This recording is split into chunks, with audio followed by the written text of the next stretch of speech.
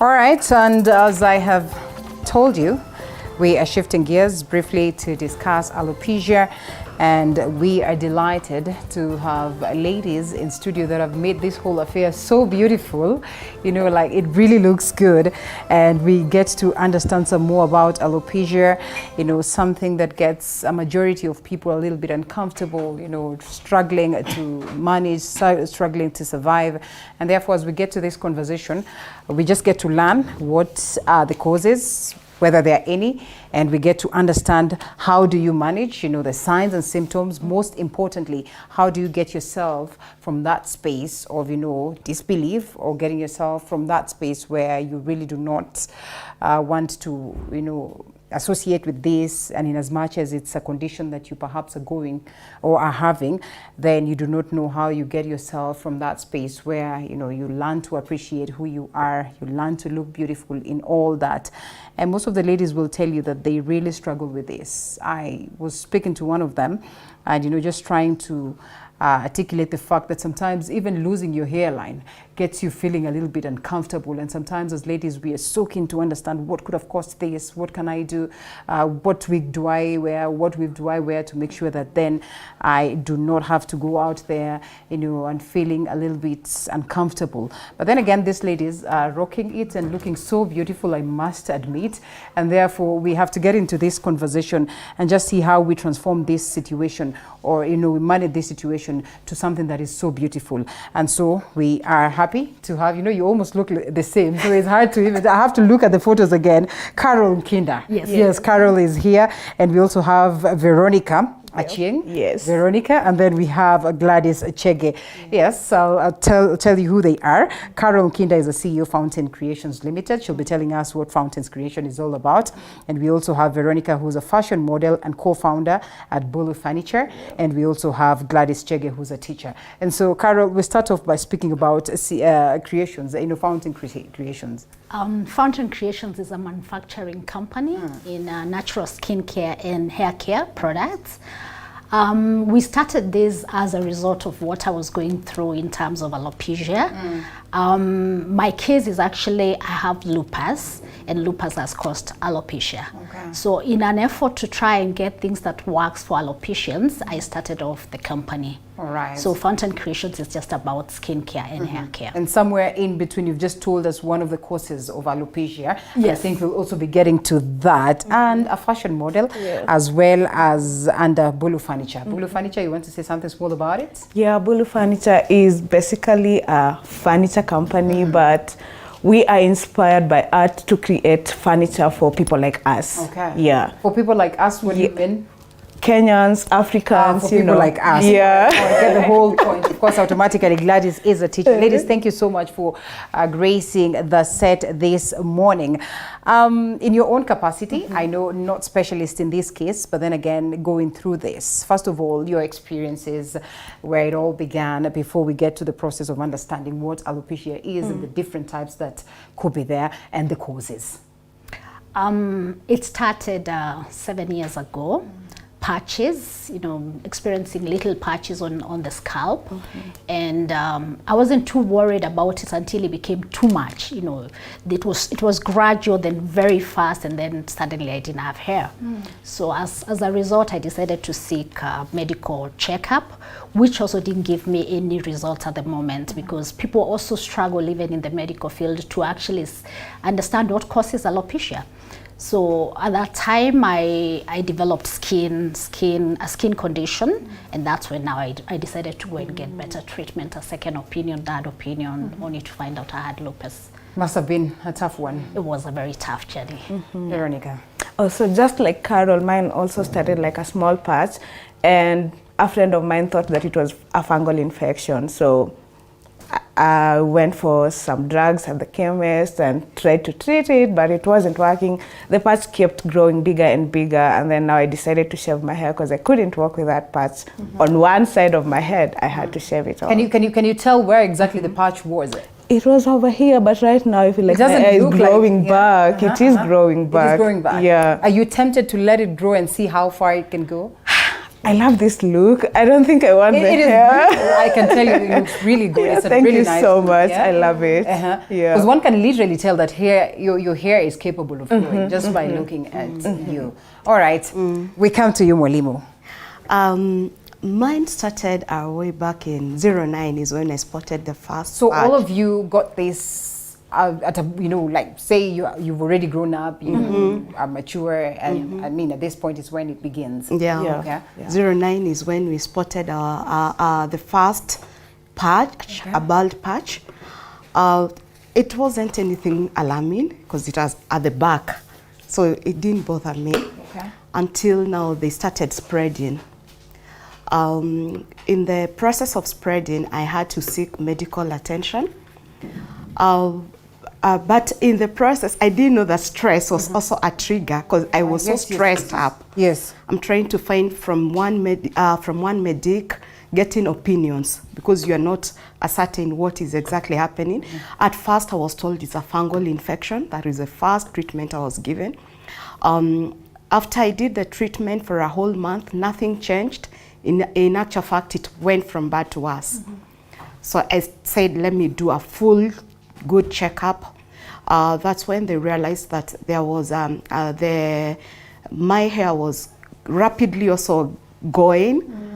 In a span of 1.5 years, I had lost all the hair on the head. You had long hair? Very long, very long hair. Getting into terms of losing the hair, I lost myself in there because I couldn't believe. I don't know what next. I didn't know how to live without it. I mean, it was part of me. So trying to adjust life and my career as a teacher, I had to first hide in wigs for a very long time. I did hide in wigs until I couldn't hide anymore. Yeah. It reached to a point that I couldn't hide anymore. I had to come out boldly and just, this is me now. Take it, leave it, this is me. Well, in the journey of acceptance, I kind of got depressed because I couldn't understand what is happening, easily agitated. I didn't want anybody even to comment about my head.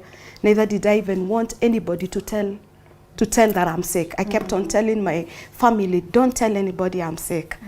Because I had not accepted myself. Are there instances where people would tend to think that maybe this is a choice, it's a style, because sometimes people really like it going bald, and therefore they might not put so much thought that perhaps this could be a condition? Yes, and that's the reason we try to create awareness, because a lot of people think it's fashion. They don't know that we are ailing from something. And so in our effort to create awareness, we sensitize people that if you see a bald person, don't assume first it's fashion, don't assume they are recovering from cancer, because that's the most common one. So we try and sensitize communities about it. Okay. Yeah. All right. So I need to put a disclaimer here that we do not have a trichologist, so maybe a medical specialist on board. And therefore today we'll make it more of a light interview, not to delve much into the question of understanding the medical perspectives. But I know in all this you have done a lot of research, especially when you acquire this at a stage where you're already old and all that, and it's happening to you. You find yourself doing a lot of research as pertaining to the same. As you speak to the medics, they must have told you that this could have been caused by different things, and they perhaps performed lots and lots of tests, to establish what could have informed this. I mean, in most cases, what do they say could be the main reason as to why people then get alopecia? Causes of alopecia are many. There's quite a lot of things that can cause alopecia. Like Gladys said, stress can cause it. Autoimmune conditions where the body thinks hair is an enemy, to use it in a layman's language, and then it fights it. Okay. So your body triggers hair as an enemy, and immediately it starts an action to fight the hair. And then there's other causes, that disease, different kinds of diseases. Medication can also cause alopecia, and there's the self-inflicted. Self-inflicted is whereby people do extremely harsh hairstyles, that stress the hairline, stress the hair, and as a result, you lose it. Yeah. All right, hereditary medical Hereditary as conditions. I'm told that sometimes you can take lots of medicine that would get you to this point, hormonal changes, diet-related conditions, stress, and what more, like you had mentioned, and lots of symptoms that come along with that. The first symptom, no pain, no nothing, no nothing unusual, nothing. it's just that you realize that you have some bit of baldness that is, you know, getting into your head. Yeah. And then now you try a lot of medication, nothing works. And then now you decide to go to a dermatologist who tells you that, you know what, you have alopecia. You don't even know what this is. On the first day, you can't even pronounce that name. Yes. So you sit outside just wondering. And then I started doing research on that day. And when I went back to campus, because I was still in campus, so it was so hard to deal with it. And the doctor was so clear with me when she told me that you have alopecia and I'll give you some medicine, but I do not want to promise you that you'll have your hair back. So you have to decide, either you start wearing hats all the time, or you do head wraps, or you go into wigs. And I wasn't a wig person, so I tried hats for some time, and then I went to head wraps, but that wasn't working for me because in campus, the climate in campus wasn't favorable for hats and head wraps like all the time. So I had to shave it all. What did they say was the main reason that you started experiencing, you know, this, and I mean, you get this baldness on your head, and slowly by slowly it is extending to the next bit and the next bit, and what did they say was the main reason for you? She wasn't that clear with me, because from the first day, from the moment she saw me, she could tell that this is alopecia, and that was it. Okay. She didn't like go into details with the information about it, and I had to do it alone. And then going online, just researching about it, and then that's when I met these beautiful ladies, and then I realized that kumbe it's not me alone who has alopecia, even other people have alopecia, and then I got to understand that there are other types of alopecia, and whatever I have is alopecia areata. Okay. Yeah. Yours is alopecia areata. Yeah. Before we come to yours, then there's lupus and then there's alopecia, and you have to deal with this too. Yes. How was it? The most difficult time of my life. It was very hard because number one, both illnesses have no cure. So you just have to manage it. You have to figure out how to live with it and accept yourself as it is. So for me, the hardest actually was not losing hair, was finding out that lupus caused the loss of hair, because lupus is more complicated. And at this point, you're being told you had not known that you have lupus, you said? No, I didn't know that. Okay. It took at least 2 years for me to find out that I had lupus after so many tests were run. Okay. Yeah. And so in this case, you are now focused on treating lupus and alopecia, or you just focus now on lupus, because after all, then hair is no more. Yeah, well, the hair is gone and it's not coming back, so there's nothing like treating. Okay, so you just get used to that and you just get appreciate used to that's that. it. Yes.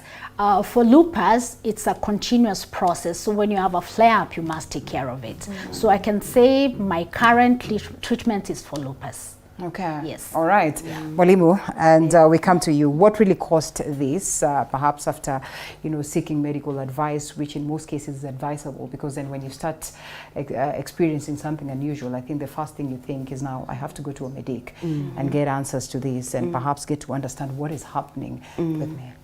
My case, after I sought so many opinions, the one that came out was an autoimmune. The hair loss. Autoimmune condition. Yeah, okay. it was autoimmune.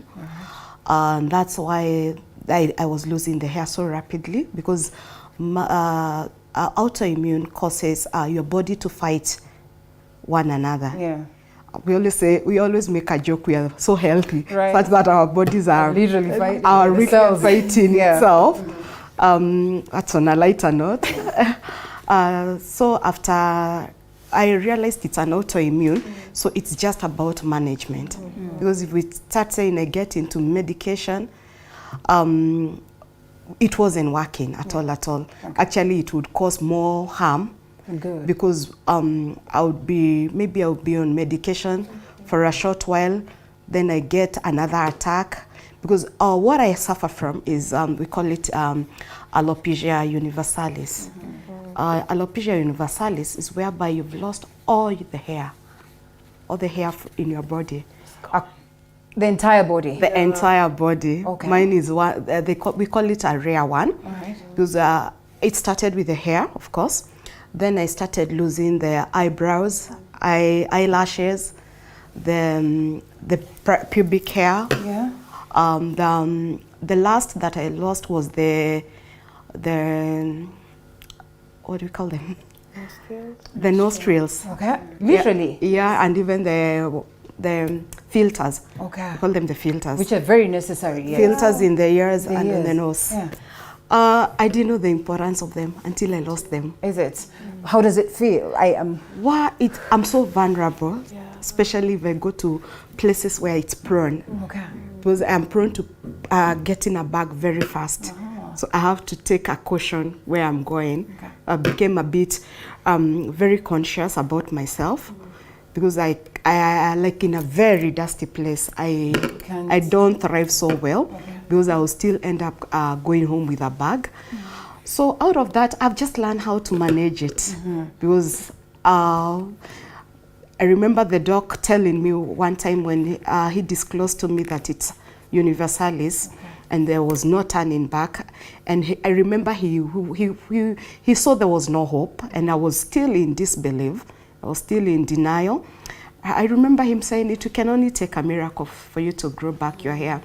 Actually, last Saturday is when we were making fun. We were realizing the eyelashes are growing back. Is it? Oh, nice. Which I've stayed without them for the longest, over 8 years. I've never had the eyelashes, eyebrows. Like literally not a single? Not even a single one.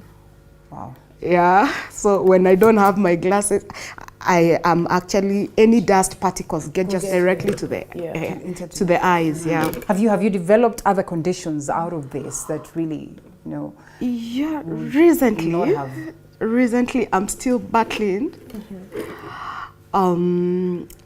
Recently, I started developing other symptoms, and at the moment, I'm still under treatment. But I'm faring on well. I can say that. Well. Yeah. And I'm glad that you are able to manage this pretty much easy. I had a friend of mine, we're in the same school, pretty young. I think she was born with this, with alopecia. And it was pretty much hard for her to manage. Sometime in class 7, she started growing, like some bits of hair, you could see that. And it was all exciting for all of us. I don't know whether you are in the same group with those ones that really got this right from the time they were born. Yes. Are there some of them? Yes. What is the experience? How different is theirs? It's not really different. It's just that they were born like that. They're born probably without hair, or just in the early ages, they developed alopecia. And that's why we say alopecia does not choose. It can happen to anybody, anytime, any age, male. Not so many men have. Men as well have. They are there, but are there as many really as the ladies are? I think there are many, but they Just that won't we don't come know. out because they'll choose maybe to just shave, and you'll never understand that they have it. Yeah. So in our group, we have a support group. There are men in the support group. And they suffer as much as women suffer. Okay. Yes. All right, and we get to that space of the support group, the social challenges people living with alopecia get to face, the society. Like you rightfully put it, you literally want to tell your family, do not mention this. Let them think that it's a style and everything. I mean, and getting into that space where there's a support group. Perhaps just walk us through this journey and to the many who could not have an idea that there are support groups that would be helpful to them. Veronica. I call it an unrealistic definition of beauty because that is what the society has. Yes. They know that a lady lazima hawe na nywele, lazima akae a certain way, but no. Nani alisema nywele ina define mwanamke? Yeah. Nobody, right? Right. So for the society, my goal is just to create awareness and get them to understand what this condition is. So that when I walk on the streets, I do not want to get the loud mamas. Para, I know. There's a time I had these big earrings, and then somebody just out of the blues told me, kwa nini umevaa earrings mbili kubwa kubwa, so nipatie moja, or you're not supposed to shave your head. Or somebody out of the blues will just want to spank your head and you're like, what? Oh. So this is how the society is. I don't know, I thought we have come to that space where this is no longer a big deal because people literally shave and they're very happy about that and they're looking good about that. Mwalimu, I would really love to understand some of the challenges that perhaps you've gone through, and especially for you who, you know, you've grown with hair and boom, all of a sudden you do not have hair. Just what are some of the challenges that you've gone through and how important has the support group been? The challenges are there because number one, we are living in, well, we are in a time, not all of us are understanding, and people have come to realize there are so many insensitive comments that go out, especially like when you pass through. Number one, this first challenge is our self-esteem. Okay. That goes down completely. Like for me, I battled esteem. My self-esteem went down 0. I mean, it was at negatives. Yeah. But with time, I learned, my family has been support for me. Okay. I learned through my family. They kept on acknowledging me. They kept on telling me how beautiful I look, how cute I look, which I am, I thank God. Yeah. And actually, their encouragement really gave me a push. My parents also have been the best support system for me because regardless of anything, they love me equally like any other person with the hair or without the hair. But outside there, an experience I went through some time back when I came out publicly, Yeah. I had boarded a matatu and somebody out of the blue just came in and slapped my head. Wow. It wasn't an interesting situation. When I was slapped on the head, I thought it's because it was, the matatu was parked, maybe it's the hand that has dropped. By mistake. By yeah. mistake, like it was accidental. Right. Then suddenly again, he slaps my head again. I had to ask him, why are you slapping my head? It's my head. I was like, mbono umenyoa, mbono uko kipara. When he wanted to hit me a third time, the people in the matatu intervened. Right. It was, when I went back home, I went back to 0. Wow. Because I had just come out. I'm coming out of the cocoon of wigs, the cocoon of hats, restore confidence, head wraps, and here I am again, back to 0. Okay. Coming out publicly again. Will I ever? Now I came back to the support system. We actually rant there. What are we going through? Actually ranted. We kept on encouraging one another. And then here I am again. I am interested to know what is that kind of liberation that comes from, you know, or that comes out after, you know, accepting and saying that, you know, now I come out of this cocoon of wigs. Because while wigs could save you, the hassle and bustle and the embarrassment that people might assume is more of an embarrassment. Sometimes you have to go back home and perhaps you are dating, you've just met this guy who's seen you with a wig, and then in the evening then you have to chomoa this wig and start explaining all these things. I can imagine the liberation that comes with accepting yourself and saying that, you know, no more wigs, no more this, unless on just a few occasions. Let's take a short break and then come back and understand that some more.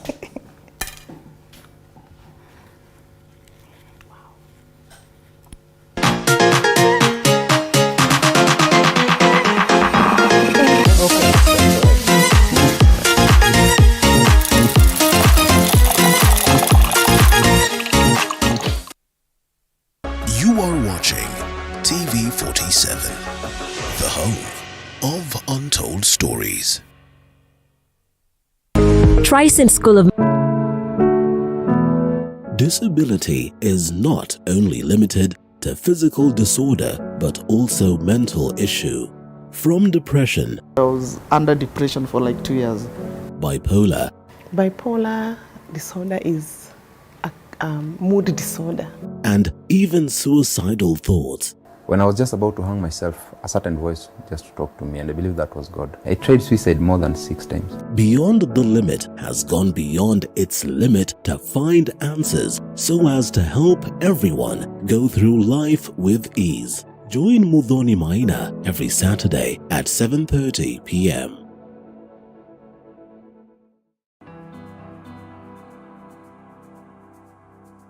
Starting this September at 8:30 p.m. on Tuesday, The Realtor brings it all to perspective. we identify a property, discuss and demonstrate the journey towards ownership. Professionals who have integrity, and from their catalog you can easily read that these are professionals who are able to deliver. Everywhere you go, you have to up your games, you have to go with the trends. Not forgetting the margins as well as the risks that come along. The runaway prices of the land. We are saying that it's something that we can never go without mentioning. Any developer will not go without mentioning price of land. Don't miss out.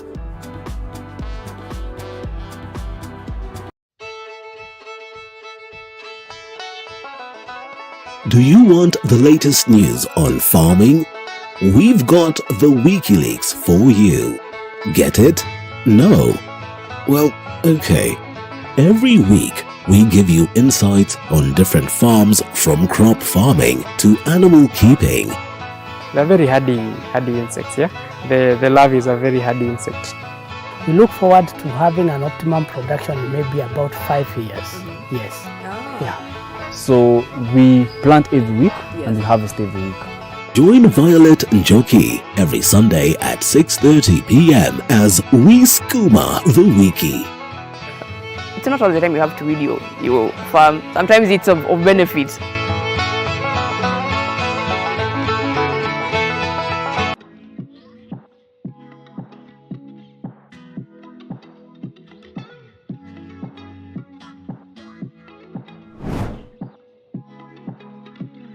Starting this September at 8:30 p.m. Hi and welcome to The Grind. My name is Violet Njoki. To lose hair, we talk of tight ponytails, braids, dreadlocks, weaves, tight wigs, hair extensions, and that's why we keep saying, just how you handle and getting the right hairstylist would help you so much so to avoid such a scenario. And so as we try to understand this, we speak of awareness of alopecia, and the ladies on set are here to enlighten us so much so on that, and perhaps tell us what exactly it means when we're talking about creating that aspect of awareness. But even before it gets to that space of understanding and to know, or where we get to know what exactly we talk of when we're talking about awareness. Carol, let's come back to you and perhaps just try and envision what it is like, getting yourself to accept, getting yourself to, understand that this is what I am going through, and therefore I have to shine in that and let the world as well accept me as I am, get off this cocoon of wigs. Because it is no longer weaves, it is then wigs. And so wig in, wig out, wig in, wig out, perhaps at a tender age, I can imagine that perhaps maybe Veronica is not married just yet. And therefore, at that space where you're in wigs, and then at night you have to tell this, man that, yes, finally, this is the real me. How is it? The process is very tough. It's very difficult because you go through what we call denial. So once you discover that you have alopecia, the first thing is not to go and shave it all. You try and hide.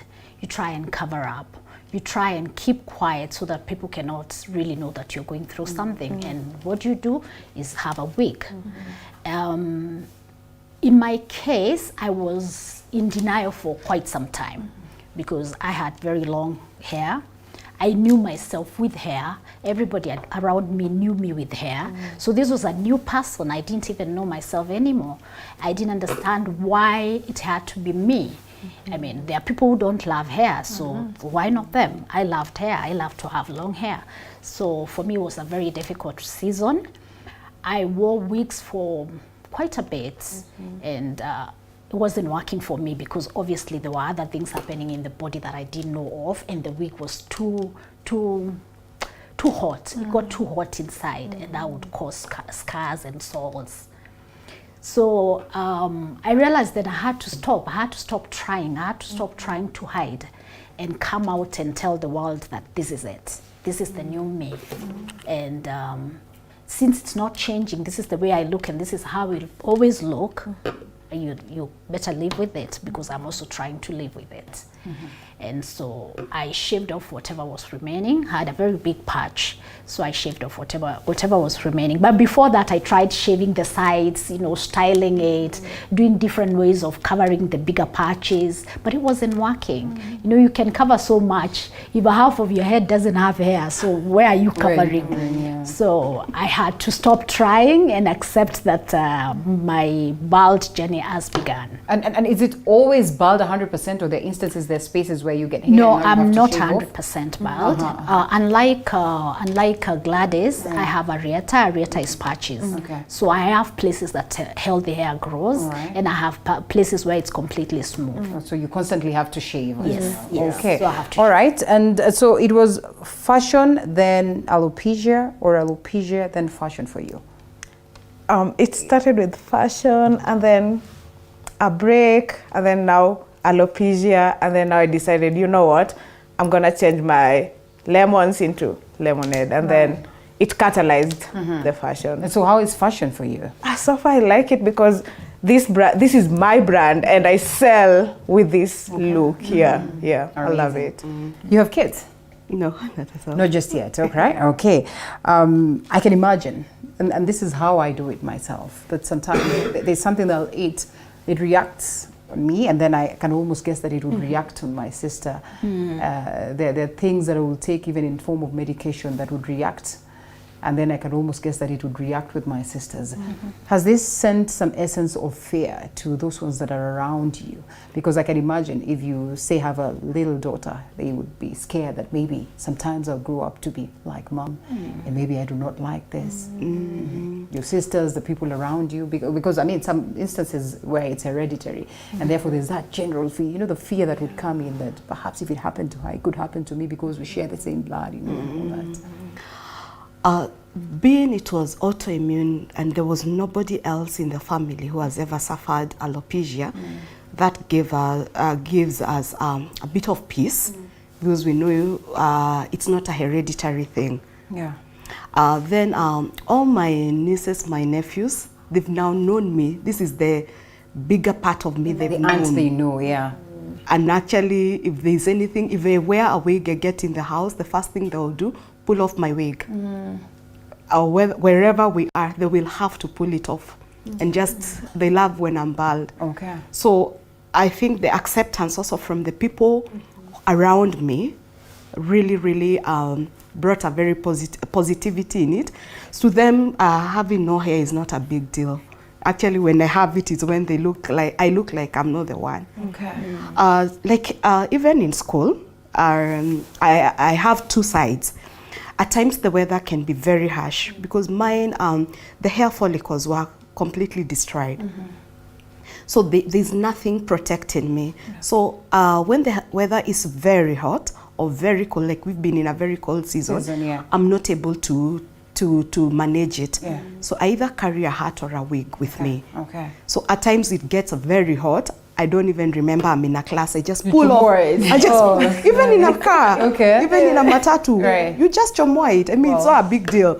It's hot. What do I do? It's like just removing a sweater for us. It's that easy. So I just chomoa it and I move on. So the kids are like, Miss Gladys, you don't have hair. Oh, today I was wearing.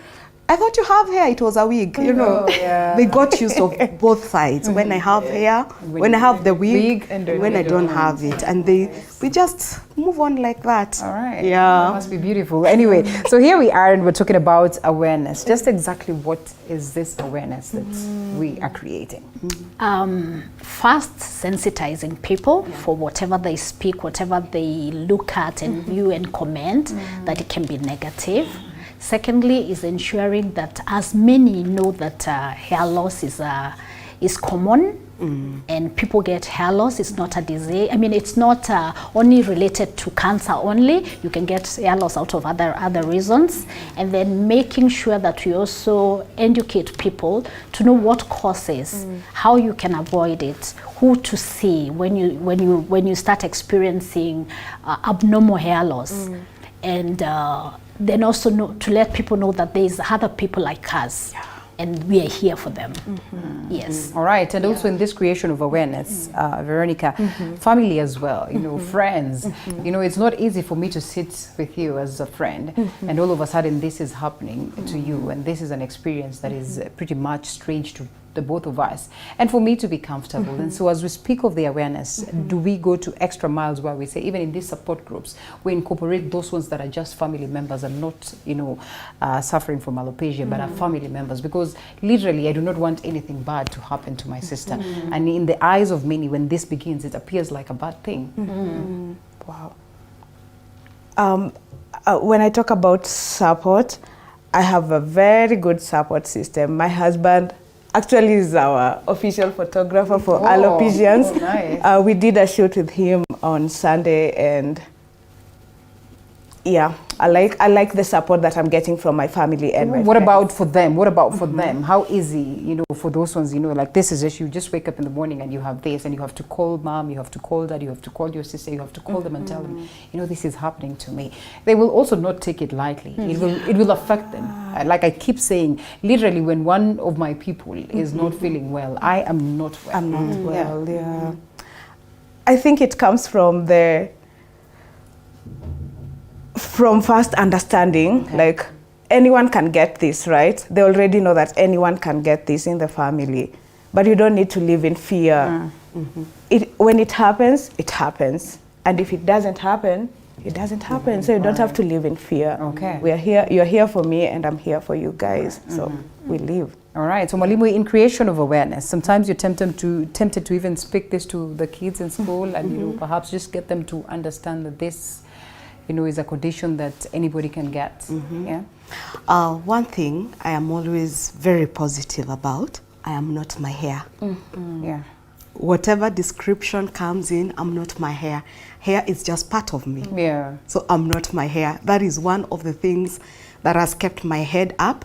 Secondly, my faith in God has also been one of the key factors that I stand. Because if I didn't know God, I wouldn't have stood the test of time. I always look at myself, I say, I didn't know I'm courageous, I didn't know I'm strong. I wasn't prepared going through what I've gone. I wasn't even halfway prepared, but somehow I have sailed through the storm of this alopecia to a point that it doesn't bother me. I've made it so comfortable to the people around me, such that they don't look at me as a bald person. Yeah. To me, it's normal. For them, it's just I'm normal. So it will like, oh, you have a hat or you have a wig. We never even go to those extremes. So it's just a normal thing to us. And even to the children, they've come to accept where, or in the different schools I've worked, they've come to accept me the way I am. I'm a baldy. In fact, I keep on telling them I'm bold, brave, bold, bald, brave, and beautiful. Wow. Yeah. When you just finish it like that, they're easy. It's easy. You just get easy. All right. Yeah. Let's talk about the support groups. That are pretty much common nowadays, but not too many people would be having an idea of how they get a support group. Some of them still, of course, suffering in hiding.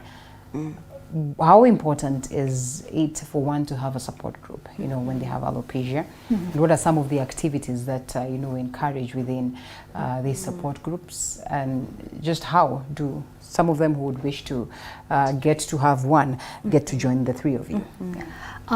It's a bigger group. We're just representing, three of us representing, it's a bigger group. The importance of having a support group is to know that you're not alone. It's to know that other people are going through the same thing that you're going through. Also, in the support group, you get to be referred to the right places to go, because there are many quacks in this industry. There are many people who will, the first treatment they give you is transplant, but it doesn't work for everything. Transplant doesn't work for every cause of alopecia. So in the support group, we direct you or lead you to the right places where you can get help, to the right doctors that can help you, dermatologists, and then we also create a space where you can openly discuss about what you're feeling. You can openly tell people what you went through in your day-to-day running, or what it is that you're feeling, both on a personal level, or about alopecia. So we create that open space where you're feeling comfortable.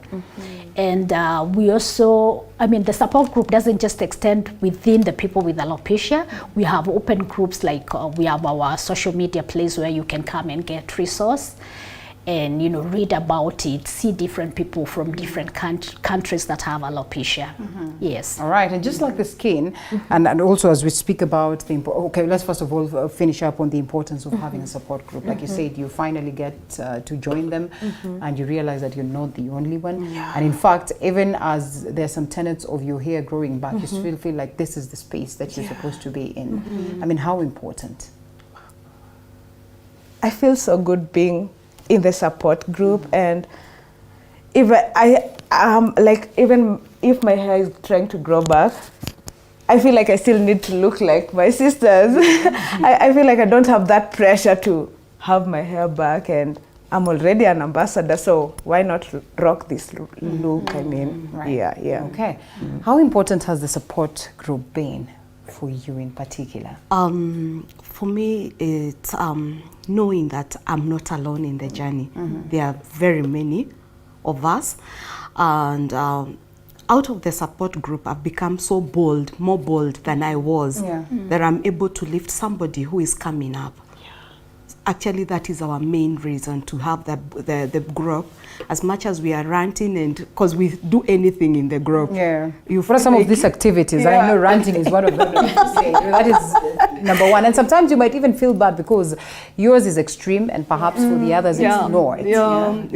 So for us, for me, I find it. Out of it, I have become very strong. Somebody may be going through it. I am very quick to offer my help because I've also gotten help and the warmth from the group. Okay. So yours, you said, was out of an autoimmune condition. Yes. Do you feel like maybe sometimes you'd have done something different not to have gotten to this space, that you'd advise a person, you know, perhaps, you know, autoimmune diseases, were very many that are under this category, and sometimes you're told heal is on lifestyle, and sometimes it's about, you know, the foods that we eat, and therefore some conditions we can avoid before it gets to that. Well, with autoimmune is a bit tricky because you don't know when it will attack. Okay. So I always say, just stay healthy. Try your best to stay healthy. Just, if it's eating, just eat healthy. Avoid what you can avoid. Eat, because what maybe I'm taking is not going to work for them. Maybe what they take, they will come and tell me, oh, I'm like, oh, fine, let me try it. And it doesn't work because we have different bodies and our systems are formed differently. So for me, I always say, do what your body accepts. Because I may decide to go A and my body wants to go Z. Right. So I always say, with autoimmune, it's a bit tricky. Just do what your body accepts. Okay. Yes. Extremes of this, and you know, you wake up with hair, the next day you are bald totally. There has to be some shift on how then you treat yourself. Just like your skin, then you need to have extra care of your hair and all that. I mean, what are some of the special things that then you do to make sure that your hair is well kept? It's you know, you don't also have to experience the extremes of the weather that could be a little bit harsh. Most of us have very sensitive skin, you know, scalp, because it's an extension of your face anyway. So the way you treat your face is the way you treat your head, because you're prone to burn if there's a lot of heat. So most of alopecians have to wear sunscreen, like permanently wear sunscreen, day in, day out, because if you burn a little, you're burning your scalp. Personally, I'm sun sensitive, photosensitive. So sunscreen is from head to toe. But also that's common among people with lupus and autoimmune conditions. So yeah, that's one way to take care of your scalp is the way you treat your face. It's the same way you treat your scalp. Keep it clean, you know, moisturize and put sunscreen. Yours comes with a lot of twist because then it's about fashion beyond that. How different. For me, for treatment, I'm not constantly on sunscreen, but when I go to harsh conditions, I'll have to be on it, because if I don't, then there'll be an aftermath. Yeah, and I'll have to deal with it, and it's not good. So I also have to take care of myself. Yeah. All right, intense yours is in terms of managing, like you say, you've learned how to manage. And therefore there's some tricks that you know, some fix that you get to understand as you walk this very journey. How different is it for you? Sunscreen is one of the things. Yeah. Then you stay moisturized all through. Yeah. Moisturizing now and then, and also keeping hydrated. That also helps a lot, because you are once you are hydrated from once you are able to work from your internal, then the external will also be kept. I mean, it will be okay. Yeah. All right. So moisturizing for me is the key thing. Yeah. And you say that this can, you know, affect anybody from tender age to all that. I don't know whether in the group you have mothers who have kids that have alopecia and how they get to handle this. And, you know, that aspect of restoring confidence, I think, is the most important. That perhaps before we get out of this space, then we need to speak to people out there. Because I am told, and I've spoken to someone who said, you know, there's the instances where you find that you've restored that confidence 100%, and then there's a relapse because of the experiences that you go through. So let's talk restoring confidence and also incorporating and instilling confidence to those ones that are still young and are growing up in this way. Okay, like the school-going children, they really go through a lot of self-esteem issues, because if you're so young, you obviously don't understand what's going on in your body. So it's the responsibility of your parents, your guardians, to instill that confidence in you, to love you the way you are. I mean, we've had cases whereby parents are not communicating correctly to the children, so they don't make the children feel beautiful even without hair. So as alopecians, we try and get in that situation whereby we are talking to the parents and talking to the children as well, to make them realize they are as beautiful as anybody else. With or without hair, you're actually beautiful. So we have to keep talking and reminding them. And since they are young, we are trying to keep reminding them. We're starting a program for schools whereby we'll visit schools and start educating people on the same. You know, talk to teachers as well, because it's just not parents. Even the teachers need to talk to the children and make them realize that they are beautiful as they are. So it's something we are working on, you know, to try and reach out to as many as possible. In our support group, we have mothers with children that have alopecia. We have others that have already, you know, I think for kids, if it's not autoimmune, they somehow grow out of it and the hair grows back. So there are chances that the hair will grow back. And if it doesn't grow back, we prepare them for that case. You know, I still remember this, and that friend of ours, and the way we had normalized sometimes, like you say, kipara, you are at that tender age, you've normalized calling that them that, and perhaps they've got into a space where, you know, they have also accepted that. Should we allow for that to be in society, and we say it's fine, this is the situation, and therefore let's just look at it as though it's normal? There's an affirmation my husband and I keep affirming every day when we wake up, like, I am kind to myself. So we imagine that if you're kind to yourself, then you will ooze kindness to everyone. So I imagine if you teach yourself to be kind, then you will not utter the words to me.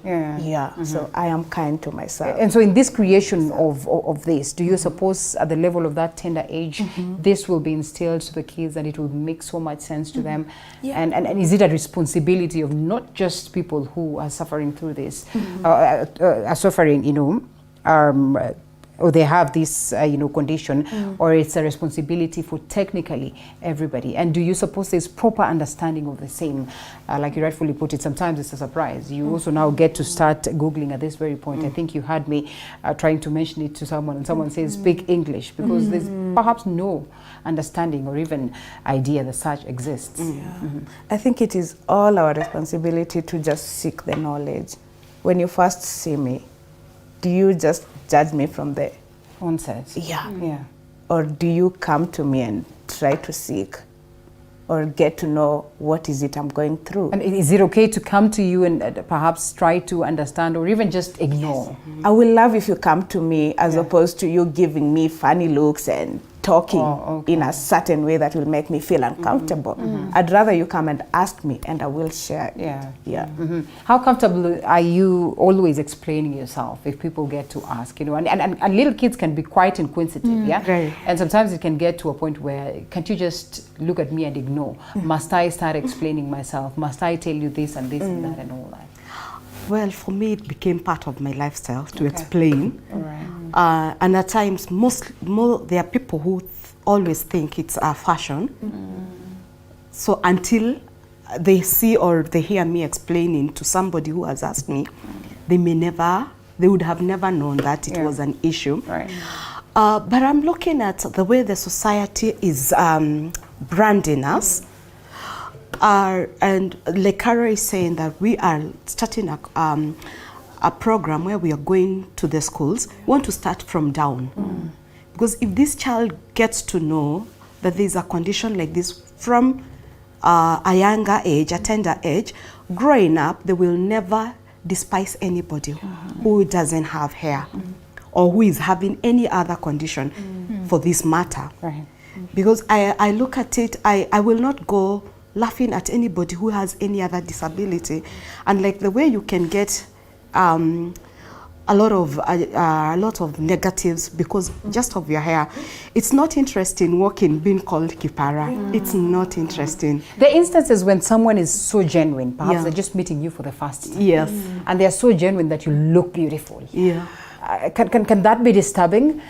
When I tell you, like, literally, you know, I feel like you are beautiful, and I am honestly articulating this, and I'm saying that I think you look extremely good. And so at this point, I am thinking that it's a choice that you've made, and I'm thinking that is your hairstyle. Please do not ever imagine of having hair. Does it get to that moment where it's uncomfortable because deep down you know what you're going through? Well, at times I'm like, okay, you know, I'm like, little do you know. Okay, thank you. No, knowing the journey, I always say that God turns out your story from ashes to beauty. So I've come to be very positive. Whatever the comments that will come, I'm always very positive. Because I know there are some instances, there are some tests that you go through, there's some ugly scenarios that you go through in life, but at the end of the day, God will cause it. You come out so beautiful, so cute, so, I mean, with all the beauty that nobody has ever known.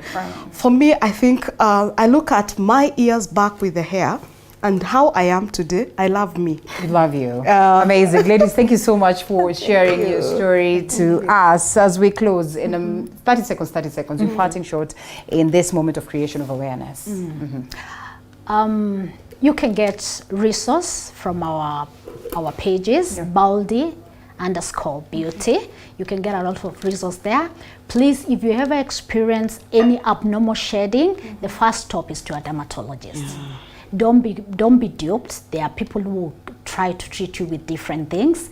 Go to a dermatologist. Understand if you're ailing from internally. Take care of yourself. Listen to your body. Eat right. Take care of your skin, and everything else should work okay. Yes. All right. Sorry. No, it's fine. I have put that in a book. So I have a book that I have written so that it's easy to get that resource as well, so that you can read and understand what we've been going through. What's the book? Where do you find it? The book is on Amazon. Hard copies are with me. I'm available to give them. Yes. What's it called? The book is called Unveiling the Bald. Unveiling the Bald. Yes. So of course they're watching you, your number, your social media platform. My social media platform, you can find me on Baldi_beauty, Caro.Nkinda. My number is +254 720 231712. All right, that's the best way, of course, to get a hold of you so they can get it. And she choose your 30 seconds, so let's make it brief.